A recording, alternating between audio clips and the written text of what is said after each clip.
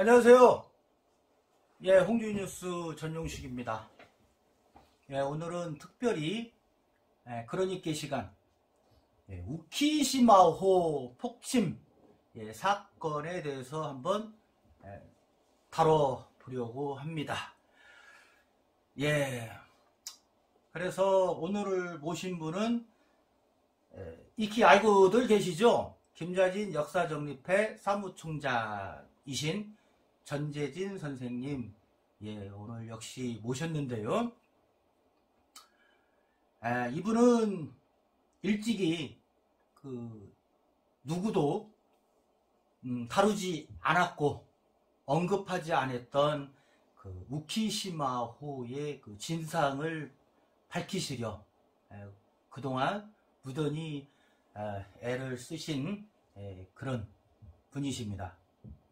그래서 일단 우키시마호의 폭침 사건 요 얘기를 다루기 전에 제가 일단 부연 설명을 좀 해드리려고 합니다. 몇 해 전이죠. 영화 군함도가 상영되면서 역사의 팩트에 상상을 더한,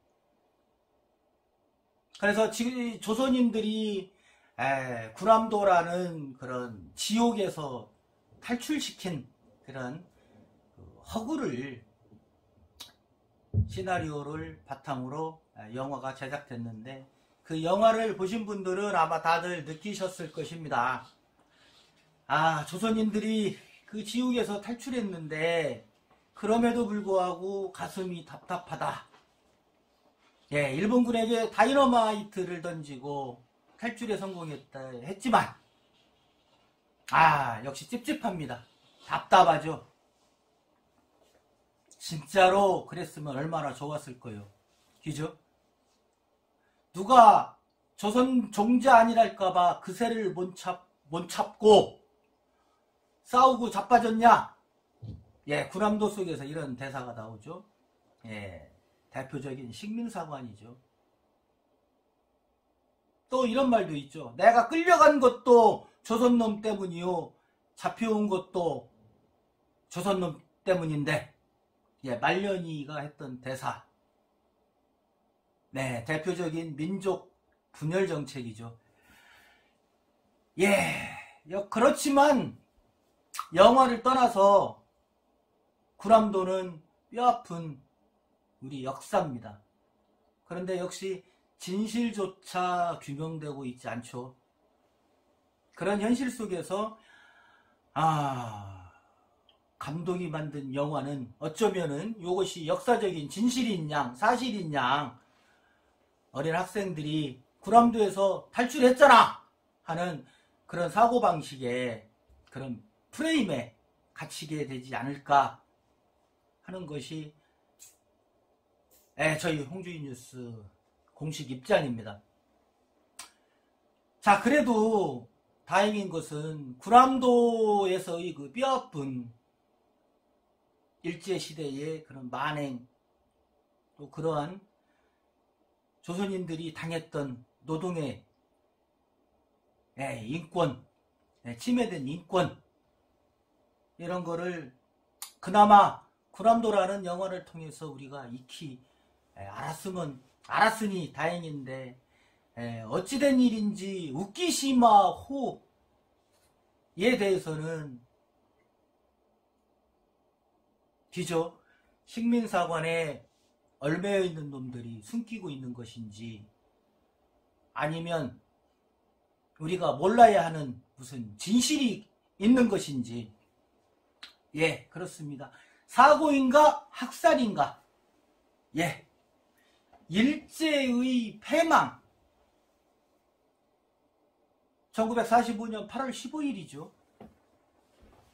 이 패망이 지난 8월 24일 한국인의 대량 학살이 이루어진 것이 바로 우키시마호입니다.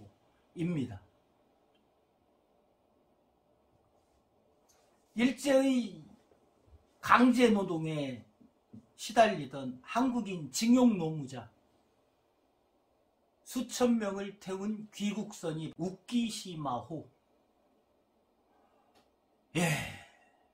8월 24일 저녁 원인 모를 폭발 사고로 우키시마호는 침몰하게 됩니다. 물론 여기에 대한 진상규명이 올바르게 이루어지지 않은 것 또한 사실입니다. 그래서 오늘 전재진 선생님을 모시고 이 우키시마호에 감춰진 진실은 무엇인지 역시 홍주인 뉴스가 크로니키 시간에 준비를 했습니다. 오늘 특별히 이원 녹화 방송으로 이루어지고 있는데요. 유튜브 역사상 이런 이원 녹화 방송이 있었는지는 모르겠지만 일단은 최초로 생각하고 이원 녹화 방송을 시작하도록 하겠습니다. 자, 이 스튜디오에 나와 계신 전재진 선생님 마이크 받아주십시오. 네, 안녕하십니까. 오래간만입니다. 우키시마호 폭침 사건 이렇게 공개적인 방송 또 여러분께 알려드릴 수 있는 기회가 아주 오래간만입니다. 흔히 사람들은요, 해방 후에 그 배가 고국으로 돌아오다가 돌아오지 못하고 중간에 폭파 침몰당하여 수천 명의 사람이 죽었다고 알고 있고요. 그 정도면 뭐 우키시마호 사건이더라 라고 생각하고 있는데, 그것은 우키시마호 사건을 정말로 모르는 겁니다. 적어도 우키시마호 폭침 사건이 무엇인가를 알려면 이 사건의 역사적 배경, 그리고 조선인 강제징용, 그 다음에 강제노동, 그리고 해방 전후의 1945년 일본 패전 전후의 국제정세, 그리고 왜 일본은 그때 당시의 한국인을 서둘러서 시모키타 반도에서 축출하려고 했는가, 그리고 수험생 과정, 그리고 출항의 문제점, 왜 부산항으로 직항을 하지 않고 마이지루마루로 해양했는가, 마이지루마루의 입항 정황, 그 다음에 침몰 원인, 사망자 수는 몇 명인가, 그렇죠? 예, 그렇습니다. 그리고 사후 처리의 부당성, 이것이 전부 알아야 되고요. 그 다음에 과연 그럼 이 사건이 지금까지 해결되지 않았는데 이 사건은 누구의 책임인가? 한국 정부의 책임도 있습니다. 일본 정부의 책임이 100%고요. 아니, 한 80%는 됩니다. 미국 정부의 책임도 상당히 많습니다. 그렇죠? 한미일 3국 정부의 책임이 무엇인가를 우리는 알아야 됩니다. 그리고 과연 8천여 명의 돌아가신 분들의 유해는 지금 과연 어디에 있는가? 어떻게 처리됐는가? 한일 기본조약에서 과연 이것을 포함했었는가? 그리고 이분들을 위한 복지사업, 즉 추모사업이라고 할 수 있습니다. 이런 것은 어떻게 이루어졌는가? 마지막으로 가장 중요한 것은 이러한 외국 양민 대량 학살의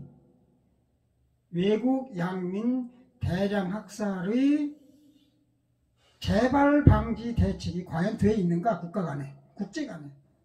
이러한 문제를 다 알을 때 그때서 비로소 우키시마 폭침 사건을 알게 되는 것입니다. 지금부터 그러면 저는 지금까지 말한 여러 가지 일들을 오늘 다 말할 수는 없습니다. 제가 이 홍주인 뉴스의 대표님께 부탁을 해서 여러 차례 좀 부탁을 드려야 되겠습니다. 저는 이 사건을 올해 30년째인데 30년대 조사를 했습니다. 진상규명은 사실 다 됐습니다. 일본, 미국, 홍콩, 중국, 특히 대한민국, 남북이죠. 남북. 그 어느 나라의 그 누구라도 이 우키시마호 사건에 대해서만큼은 제가 타의 추정을 불허합니다. 진상규명은 제 선에서, 즉 우키시마호 폭침 사건 진상규명의 선에서 진상규명이 다 됐습니다. 정말로 미국이나 일본이나 한국 정부가 야 당신 그거 잘못됐어 라고 말하려면 국제 무대에서 만납시다. 특히 일본 국제사업재판소에서 섭시다. 제가 아주 당당하게 제가 따져드리겠어요. 우키시마호가 일본 놈들이 감추고 기죠. 또 한국 정부도 진실 발굴을 외면했는데 그 이유는 뭐라고 생각하십니까? 이 우키시마 사건은 제노사이드라고 했는데 사실은 외국 양민 여기에 우리말에서 더 들어가야 돼요. 외국 양민 계획적입니다. 이 제노사이드라는 말은 뭐냐면은 계획적이라는 말이 꼭 들어가야 되는데요. 네. 그럼 왜 이것을 은폐했느냐 이렇게 되는데 네. 야 이게 얘기가 이렇게 들어가면 좀 길어지지만 역시 질문을 하셨기 때문에 제가 대답을 하겠습니다. 왜 이것이 은폐됐느냐? 이 사건은 1945년 8월 24일 오후 5시 20분에 발생을 했는데 9월 1일 날 이 사건을 연합국 총사령부의 명령에 따라 일본 정부가 끝냅니다. 그런데 일본 정부는 이 사건을 종결할 권한이 없었어요. 왜냐하면 연합국 총사령부에서 정무 처리를 하니까. 그러니까 정무 처리의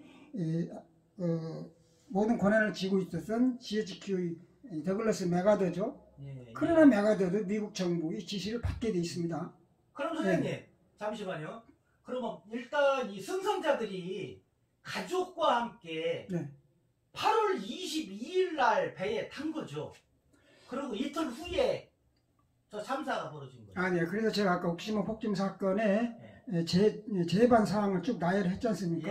그래서 그때 그 항목에서 다시 설명을 하겠는데 어차피 지금 질문을 하셨으니까 그때 당시 이 우키시마호는 일본 본토의 최북단인 아오모리현 시모키타 반도에서 출항을 합니다.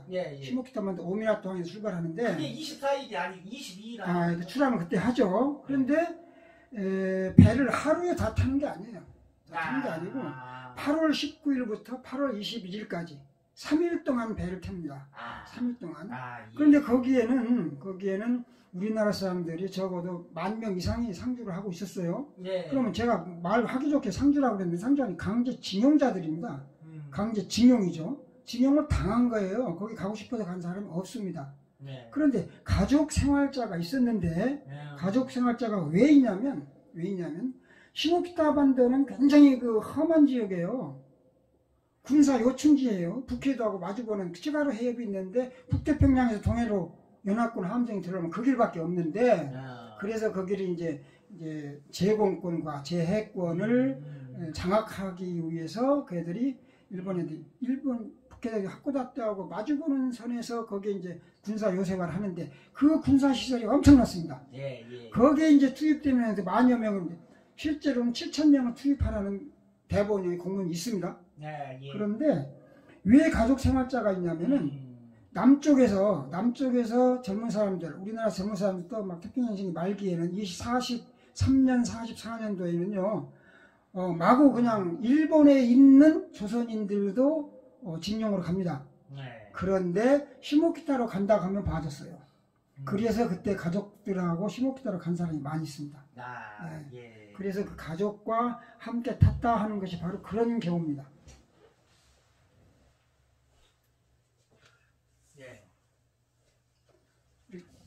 좀만 끊어져도 괜찮죠? 편집이니까요. 그러면 선생님, 일본 놈들은 우키시마호 사망수를 3,000명이라고 이렇게 축소해서 발표했는데 그런 거는 믿을 게 못 되죠. 그거는 조작이죠.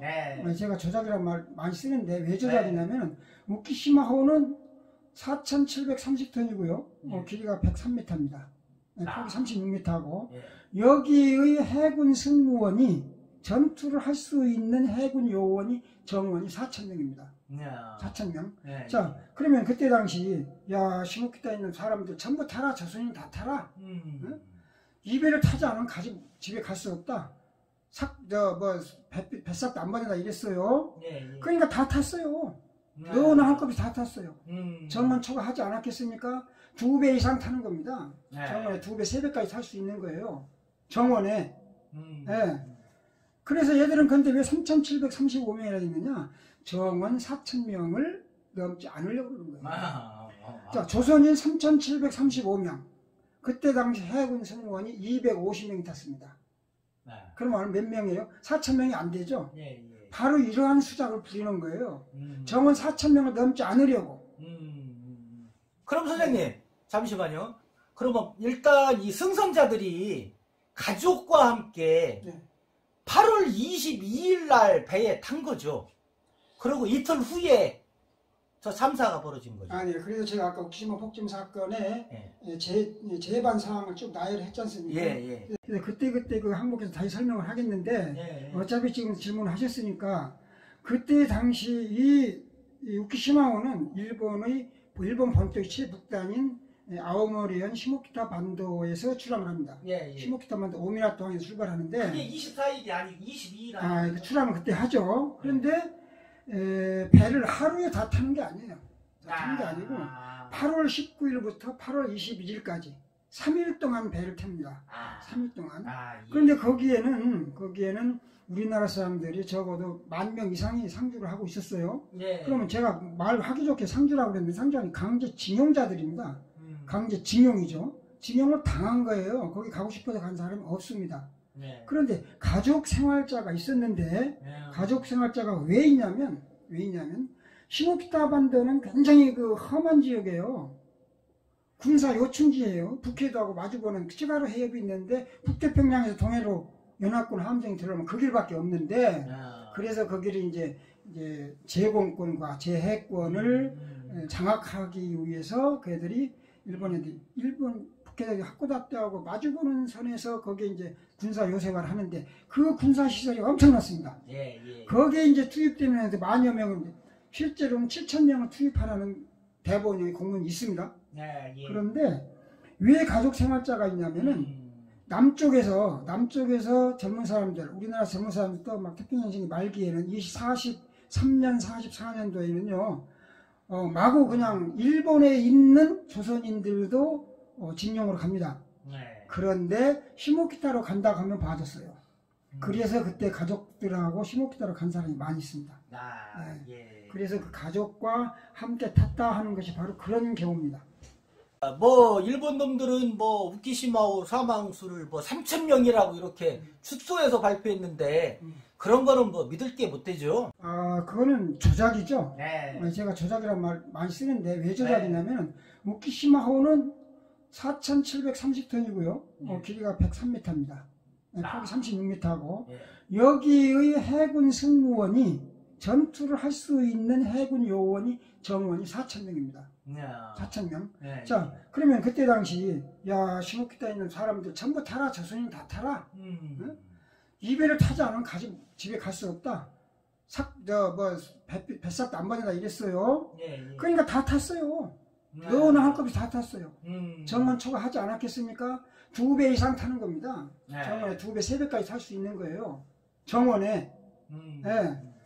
그래서 얘들은 근데 왜 3,735명이나 있느냐? 정원 4,000명을 넘지 않으려고 그러는 거예요. 자, 조선인 3,735명. 그때 당시 해군 승무원이 250명이 탔습니다. 그러면 몇 명이에요? 4,000명이 안 되죠? 바로 이러한 수작을 부리는 거예요. 정원 4,000명을 넘지 않으려고. 오늘은 첫 시간이니까 제가 궁금한 거를 조금 한 가지만 좀 더 한번 여쭤볼게요. 이게 일본 놈들은 우키시마호 폭침이 미군이 부설한 기뢰에 의한 것이다. 이렇게 주장을 하고 있고 또 그런데 이 생존자들의 증언에 의하면 배가 두동강이 났다. 이렇게 이 증언들을 하고 있거든요. 그리고 그렇기 때문에 내부에서 폭발이 이루어져서 두동강이가 났다. 그래서 이제 또 한 가지는 이제 선원들이 이미 탈출을 했기 때문에 이놈들은 미리 이런 폭파 사실을 알고 있었다. 이런 주장에 대해서는 어떻게 생각하세요? 그것은 이제 제가 조사를 해서 보고서에 전부 기재를 했습니다만, 저는 이 사건을 조사할 때 피해자, 생존자죠. 생존자는 죽은 자는 말 못하니까 생존자, 그 다음에 강제노동 현장, 현장 실황, 실태, 그리고 강제노동 현장인 아오모리현 시모키타 반도에서의 활동가들, 그리고 동경의 활동가들, 마이지루만의 활동가들, 도쿄, 교토의 활동가들, 이런 조사들과 같이 공유한 물이 있고, 그 다음에 중요한 것은 현장 조사입니다. 이러한 것들로 조사를 해서 결론을 내는 바 있는데, 바로 그것이 지금 질문한 것이 침몰 원인인데요. 침몰 원인을 결론을 먼저 얘기를 하면, 미군이 투하한 기뢰에 의한 총례라고 그래요. 기뢰 닿다 총례라고 그러는데, 총례로 침몰됐다고 일본 정부는 지금까지 주장을 하고 있는데, 총례는 아닙니다. 아닙니다. 이미 오미나토에서 배가 출항하기 전부터 선실 내에 김하실 래프의 창고에 폭탄 장치를 했다는 증언이 확보가 됐습니다. 그리고 배가 마이지루만을 입항하는 정황과 또 배가 서서 폭발하는 그 장치, 그리고 기뢰의 그 반응 기전이죠. 그런 걸 보면은 절대로 아닙니다. 그리고 배가 꺾이는 현상. 특히 중요한 것은 아까 그랬잖아요. 배가 폭발하기 전에 이미 해군은 다 탈출했습니다. 그렇죠. 그런 탈출했다는 증언. 그런데 일본 이 개새끼들이 욕하니까 그러니까요. 욕 안 하면 그러니까 하는요. 왜 구라고잖아요. 누가 그 개구자요. 이 일본 이 개새끼들이 9년 만에, 그러니까 1954년도죠. 이게 아무런 진상조사 없이 이 우키시마호를 인양을 하는데, 이때 이 다이나마이트를 사용해서 폭파하면서 이게 뭔가 감추려고 하는 그런 의도가 있는 것이 아니냐. 그거에 대해서 제가 좀 말씀드리겠습니다. 9년 만에 배를 인양을 합니다. 9년 45년에다 9년은 54년이죠. 한국전쟁이 끝났죠. 그렇죠. 비참한 얘기가 들렸습니다. 이건 사실입니다. 우키시마호의 고철을 한국에 팔아먹었어요. 응? 이때 당시 인양할 때 조일 우호 협회가 있었어요. 마이지루만의 일본의 조선과 북조선이죠. 조선민주주의 인민공화국 조선과 일본의 우호 협회가 있었는데, 조일 우호 협회에서 그 배를 인양할 때 유해의 원형을 유지해야 되니 운영해야 되니 다이나마이트는 쓰지 말아야 겠어요. 두 차례 항의를 직접 했습니다. 그런데 이노 사루비지라는 중공업에서 그 영역을 받았죠. 폭발을 다이나마이트 폭발했습니다. 이거는요 세계사적으로 없는 인권유린 아닙니까? 이거 어떻게 무슨 말을 해야 되죠? 다이나마이트를 폭발했어요. 그러니까 산산조각 났죠. 그런데 9년 전에 524명이라고 조선인 사망자 524명이라고 했는데, 이 524명을 발표를 할 때 배는 마이지루만의 물속에 있었습니다. 그 배의 넓은 선실에는 수천 명의 조선인이 죽어 숨도 못 쉬고 있었습니다. 그러니까 이런 것도 조사 안 하고 524명이라고 했어요. 그러면 9년 뒤에 인양을 할 때 해골이 올라오니까, 또 거기서 이제 사망자 수를 얘들이 계산을 하는데, 두개골 하나면은 한 명 맞죠? 두개골 하나면 한 명 맞잖아요. 골반뼈 하나면은 한 명 맞죠? 대퇴골이 2개면 한 명이죠? 맞죠? 대퇴골이 2개면 한 명이에요. 대퇴골이 3개면은 2명을 썼습니다. 대퇴골 3개를 좀 2명으로 계산했는데, 이렇게 해보니까 372명이 나오더라 이거야. 이렇게 해보니까 372명이 나오더라 이거예요. 9년 뒤에 하니까 겨우 좋아. 네. 그러면 9년 전에 발표한 524명과 9년 뒤에 또 다시 수습한 372명하고 합쳐야죠. 예. 안 합쳤어요. 합쳐서 발표하지도 않았고 그냥 이런 식으로 그냥 놓여 있는 거야. 그러면 결국은 뭐 이 다이너마이트를 사용해서 선체를 폭파했다는 거는 그러한 그 유해를 네. 은폐하려고 그렇게 생각해도 될까요? 그 은폐가 되겠습니까? 수천 명이 그것이. 네. 그런 이렇게 악랄한 짓을 했다. 당연히 은폐하고 뭐 다이너마이트라면 다 없어질 줄 알았는데 주변에 시민운동가들 있잖아요. 겨우 오키시마호에 폭파된 모습의 사진이 세 장뿐이 없습니다. 이것도 어떻게 그 사진이 나왔냐면은 그 일본의 국제신문, 오사카에 있는 국제신문 기자가 주머니에다 카메라를 이렇게 숨기고 이렇게 숨기고 그냥 찍은 게 그거예요. 몰라서 그런 거 아닐까요? 왜 몰랐겠어요. 사실 그 전에 생존자들, 피해자들이 갔었는데. 그러니까 그게 무능한 정무. 그게 박정희 정권 때죠? 그렇습니다. 진상규명을요. 물론 45년 직후에는 그 사건 발생 직후에는 좀 정황이 좀 어렵다고도 보자고요. 어렵다고 볼 수 있습니다. 그런데 문제는 언제냐? 1965년의 한일 기본조약 체결 때 62년부터 하잖아요. 62년도 협의 들어가잖아. 이때 말 한마디 못했다는 거죠. 외적인 얘기지만 지금 흔히 우리가 알고 있는 대한검도, 죽도로 호구 쓰고 하는 대한검도, 요게 또 대한체육회 정식 경기 종목으로 또 승인되면서 우리가 임진왜란 때 침략했던 일본 장군의 그 갑옷을 흉내낸 호구를 쓰고 우리 독립군을 죽였던 그 칼을 형상화한 죽도를 지금까지도 우리가 배우고 있습니다. 그래서 그때 그 김종필이 거의 뭐 주도적으로 했지만 지금도 그래서 우리가 죽도, 일본 놈들이 쓰던 우리 대한 조선인들을 죽이던 그 칼, 그 죽도를 우리 자라나는 청소년들이 그거를 배워서 단증을 가지고 경찰관이 되고 대학교 갈 때 플러스 점수를 받는 이런 나라가 세상에 어디 있습니까? 참으로 분통 터지는 일이에요. 그렇기 때문에 제가 한마디만 더 하겠는데, 그렇기 때문에 오히려 우키시마호 이런 진상조사를 스스로, 대한민국 스스로 은폐 조작하지 않았나. 조작은 아니죠. 스스로. 하는 거죠. 그런데 스스로. 사실은 저는 이 정부가 세운 재단에서 이 사건을 완전히 축소 내지는 중단, 이제 다 끝났다라고 했기 때문에 그 자체도 한 조작을 하고 봅니다.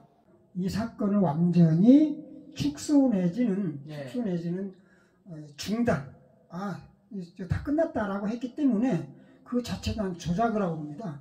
조사를 안 했으니까 조작이죠. 그렇잖아요? 제가 이게 뭐냐면, 좋아요. 좀 얘기 좀 더 하면, 노무현 정부 때일 겁니다. 한국인 강제 연행 진상조사위원회 초대 위원장이 전기호 씨였었어요. 전기호. 그 뒤로 해서 몇 년까지 지금도 그 재단이 피해자 지원 재단으로 해서 광화문에 이마빌딩 8층에 있는데, 그때 당시에 이 재단으로 변경하기 전에 그 진상규명위원회 조사 2과에서 이 우키시마 사건을 다뤘어요. 그때가 2003년도 그때인데 제가 순천향대학교를 그만두고 중국으로 가기 전에 한 발 정도 되는 조사 자료가 한 발 정도 돼요. 이거를 다 줬어요. 내 대신 좀 해라. 얼마나 좋아요. 내가 조사 현장 조사 다 해놨잖아요. 피해자 증언 생존자 다 해놨잖아요. 안 써먹어요. 왜 안 써먹어요? 정부에서 나한테 의뢰를 안 했거든. 용역을 안 줬거든. 그러니까 나는 뭐예요? 그때 당시 그 뒤에 박모라는 위원장이 나보고 뭐라고 하냐면 내 친구가 같이 갔었는데 참 뭐 기가 막힌 일 얘기를 안 할 수가 없네. 단체님이 뭐라고요? 네? 생각 안 나서 금방 하셨는데. 조선인 강제징용 네, 네. 조선인 강제징용 피해 진상규명위원회. 아 그땐 강제연행이라고 그랬어. 강제연행 연행 피해조사위원회. 피해조사위원회. 네. 예, 이름은 그럴듯하네요. 그럴듯해요. 그래서 제가 이웃기순 학건 저 보고서를 그 위원장 직접 만나서 내 천안에 있는 최모 친구하고 같이 갔는데 예. 그 옆에서 내 친구가 뭐라냐면 전 위원장 지금까지 말이죠 20여 년 동안 이렇게 고생하면서 보고서도 다 냈는데 책 출판비라도 어떻게 지원해야 되는 거 아닙니까? 이렇게 말을 했어. 그러니까 나는 뭐 원하지도 않는 말이에요 솔직히.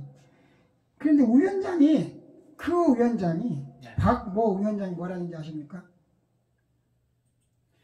그것은 전재진 위원장이 사명감으로 취미로 한 거니까 국가가 영역을 준 거 아니니까 지원이 안 됩니다. 이거예요. 관변단체였네요. 관변단체. 예? 관변단체. 사업비만 따먹고 다니는. 그렇죠. 관변단체죠. 그렇죠. 관변단체죠. 야, 노무현 정권에서 지금도 그것이 전신이 되고 그 뒤로 이어받은 것이 뭐냐면 그저 박근혜 정부 때 그것이 이제 그 위원회가 피해자 지원 재단으로 이제 전환을 하는데 너무너무 그 전환 과정이나 그것이 너무 부정적이고 너무 잘못돼서 올바른 재단 설립 추진위원회가 있었어요. 대책위원회가 있었어요. 올바른 재단 설립 대책위원회. 네, 올바른 재단 설립 대책위원회. 제가 그 위원장을 했습니다. 욱시모 사건에 대해서 얘기가 좀 빗나갔죠? 아니 상관없습니다. 아니 이런 문제부터 저희가 더듬어 나가야 홍주인 뉴스니까요. 뭐 방송 시간이든 뭐 횟수든 뭐 그거는 우리 마음대로 정하니까 그러니까인데요. 아니 진짜 대통령 직속기관으로 이 위원회가 설립된 거 아니? 맞습니다. 대통령 직속기관으로 행정안전부의 행안부에 소관으로. 아니 그러면 지금도 대통령 직속기관이니 뭐니 해가지고 수많은 위원회들이 난립하고 있는데 야, 저는 노무현 정부에서 이런 위원회가 이렇게 유명무실하게 활동했다는 거를 어느 정도 잘했어요. 자료도 많이 나오고 했는데 문제는 어디에 있냐면은 그 운영 정관이 있잖아요. 정관에 피해자를 너무 피해자 보험 규정을 너무 각박하게 했어. 너무 각박해요. 그리고 그 폭을 조금 좁게 했다는 얘기죠. 폭을 그냥 최대한으로 줄이려고. 그러니까 어떻게 되냐면은 만주에서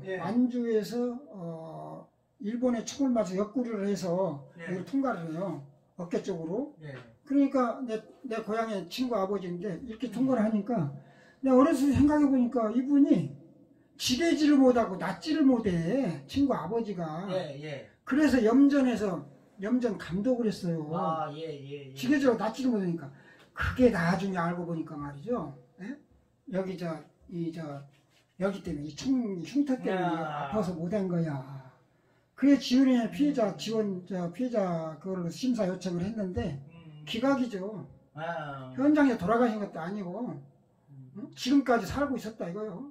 지금 뭐 말 나온 김에 이거 한마디 한번 더 하지요. 뭐 옛날에 우키시마오 폭침 진상규명위원회 요거 설립하셨었죠. 이 진상규명위원회는요 1993년도 92년도부터 준비를 해서 93년도에 창립을 했어요. 창립을 했는데 지금까지 사단법인이 아닙니다. 일본을 가게 됩니다. 일본에서 그때가 92년도예요.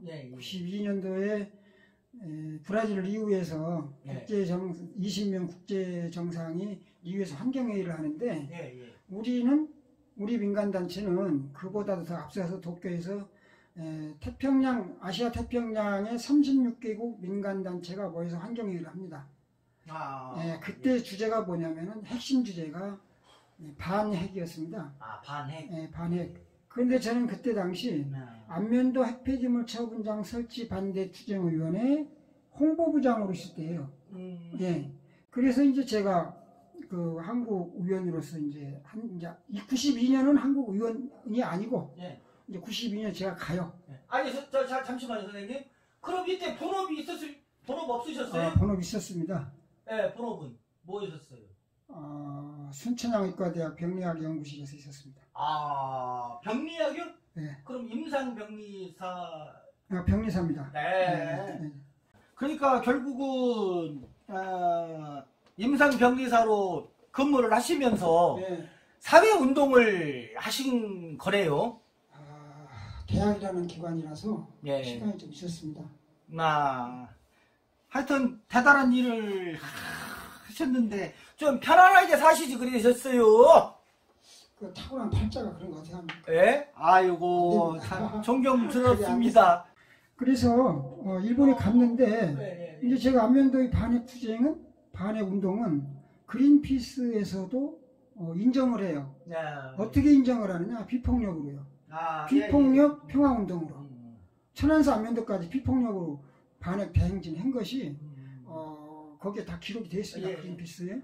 그래서 일본에 가서 제가 이제 발표를 하는데 어떤 발표를 하느냐? 밤새 제가 원고 200장 4장 분량에 하는데 그 내용이 뭐냐면은 아시아의 하늘에는 핵이 필요 없다 이랬대요. 아시아 하늘에 핵이 필요 없다. 그 말을 제가 채택한 거야. 그런데 제가 발표를 해야 되는데 같이 간 분이 저보다 나이 많고 일본 말을 잘하는 김원식 선생님이 있었어요. 이제 내가 나가려고 하는데 나보고 원고를 달래. 드렸죠. 원고를 드렸죠. 그랬더니 당신이 발표하는 거야. 그러니까 끝나고 나서 그 조직위원회에서 뭐라고 하냐. 왜 전재진 홍보부장이 발표를 해 한국말로 하고 일본말로 통역이 나가고 영어로 통역이 나가고 하면 여기에는 거기다 알 텐데 왜 일본어로만 하는가 이렇게 돼 있었어요. 그래서 이러한 사실이 한국의 반핵운동사에는 기록이 안 됐을 겁니다. 그래서 93년도에 제1회 노 눅스 아시아 포럼을 하는데 동경에서요. 눅스 하면은 핵자가 들어간 건 다 포함됩니다. 핵발전소, 핵무기, 핵물질. 다큐멘터리 영화가 상영됐지 않습니까? 19년에 시작을 했습니다. 2019년. 2019년에. 이때 뭐 좀 자료 같은 거 좀 원 없이 좀 제공하셨습니까? 제가 가지고 있는 건 다 드렸습니다. 제가 참 지난 가슴에 울림이 퍼졌던 기억이 아직도 생생한데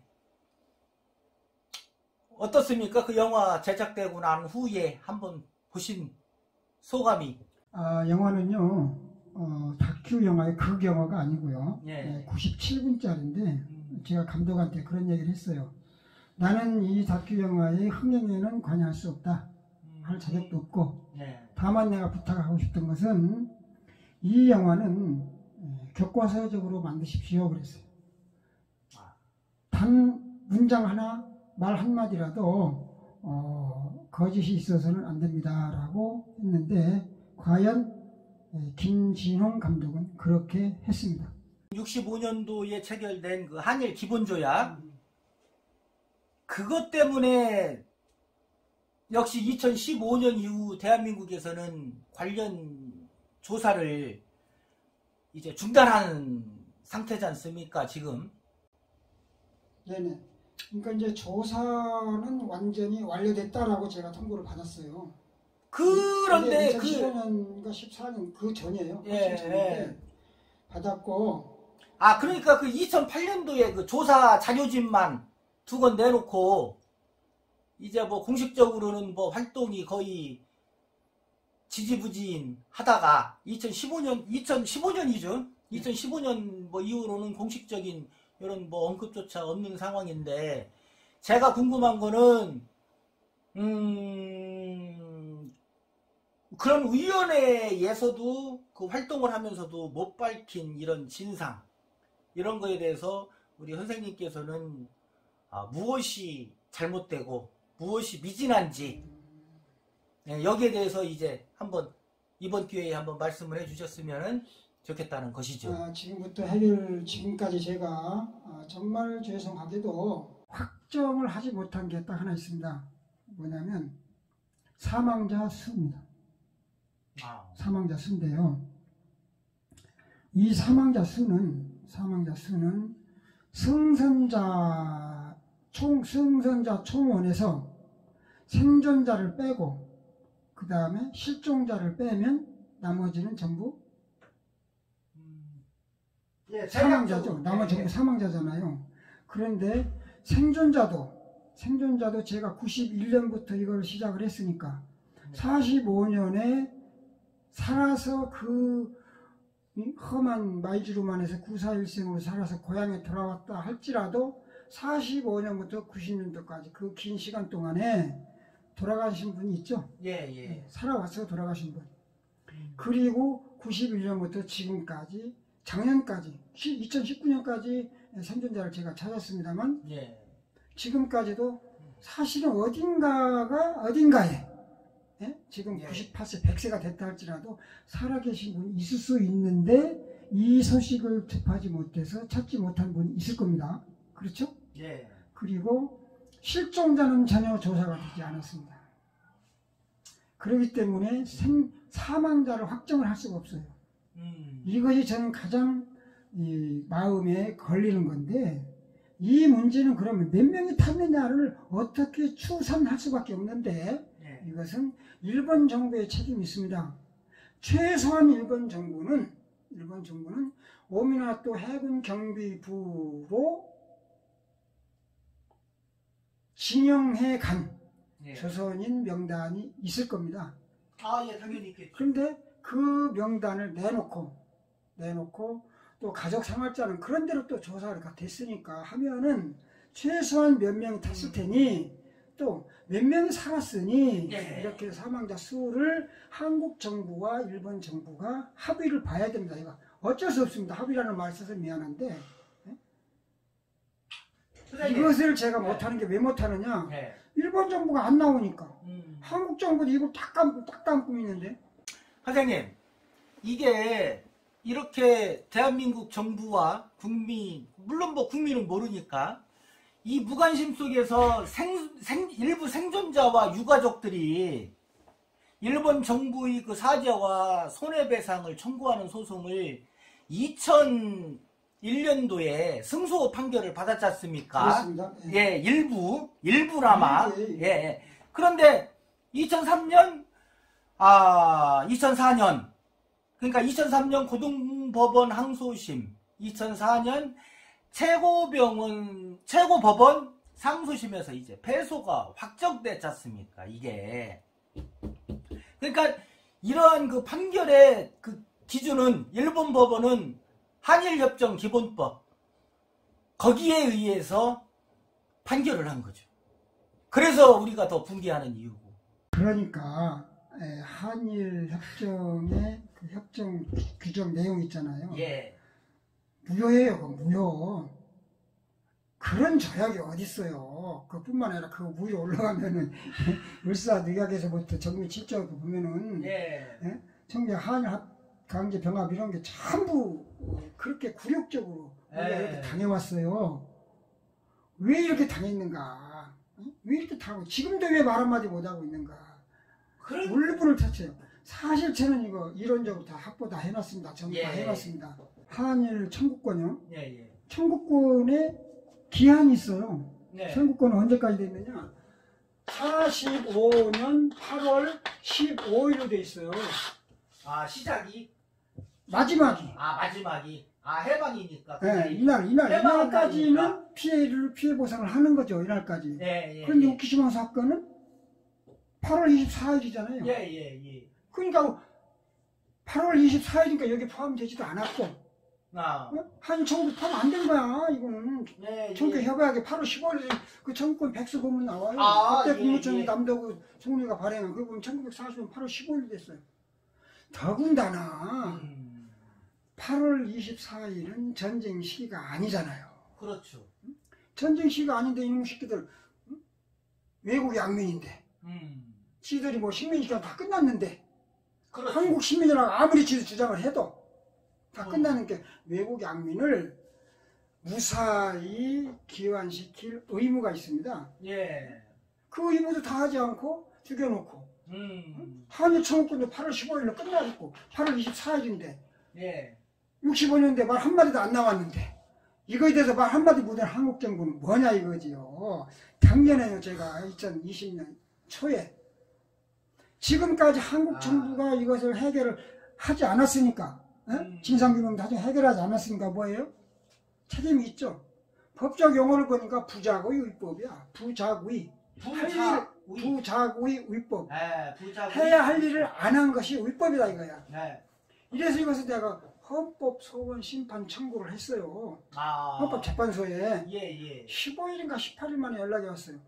내가 민원을 제기했으면 민원인의 말을 들어봐야 될 거 아니야. 예. 말 한마디도 없이 그냥 딱 단박에 그냥 기각을 해버리는 거야. 그게 몇 년도입니까? 작년도에요. 2020년 2월입니다. 지금 자료가 있죠.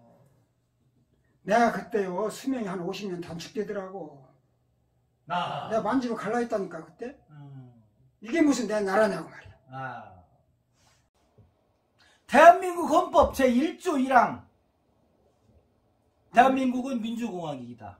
2항 대한민국의 주권은 국민에게 있고 모든 권력은 국민으로부터 나온다. 거짓말이죠? 지금 정치 행태로 봐서는 거짓말이죠. 아니 그 말은 맞는데 헌법 조항의 문구는 맞아요. 그런데 정치를 하는 사람들은 뭐하고 있어요 지금? 사기치고 있는 거지. 사건 진상을 알기 위해서 오늘 첫 번째 시간을 준비했는데요. 아무래도 첫 번째 순서다 보니까 좀 개론편으로 이것저것 좀 궁금한 이런 사항을 좀 제가 질문 형식으로 인터뷰 형식으로 좀 이렇게 진행을 했는데 일단 오늘은 이렇게 끝마치고 이제 다음 시간부터는 본격적으로 우리 자라나는 청소년들에게 애국혼과 대한국민으로서 응당 알아야 할 이런 감춰진 역사 속 진실 그 대표적으로 우키시마호 아까 말씀하신 대로 양민들이 희생당한 사건이기 때문에 여기에 대한 진상에 대해서 전재진 사무총장님께 듣는 시간을 갖도록 하겠습니다. 자, 그래서 마지막으로 오늘 이렇게 개론편을 제작을 했는데요. 자, 못다 하신 말 있으시면 한마디 해주시죠. 다음 시간부터요. 우키시마호 사건의 강론으로서 아주 자세하게 풀어나가겠습니다. 하룻밤 갖고도 사실 안 되죠. 정말 그 핵심만 짚고 나가도 한 6시간 정도 해야 되는데 부탁드립니다. 한 3회에서 4회 정도 그래서 자세하게 여러분들께 전해드리도록 하겠습니다. 예, 감사합니다. 예, 기왕이면 한 5부까지 하셔도 됩니다. 예, 감사합니다. 예. 자, 오늘 최초로 홍주인 뉴스 최초로 2원 녹화 방송을 진행했습니다. 여러가지 장비상 인력난 때문에 여러가지 애로사항이 많았지만 어쨌거나 무난하게 편집의 힘을 이용하여 방송되도록 한번 해보겠습니다. 자, 긴 시간 시청해주신 여러분 감사합니다. 할 말은 해야 직성이 풀리는 홍주인 뉴스 그러니까 이상 전용식이었습니다. 감사합니다.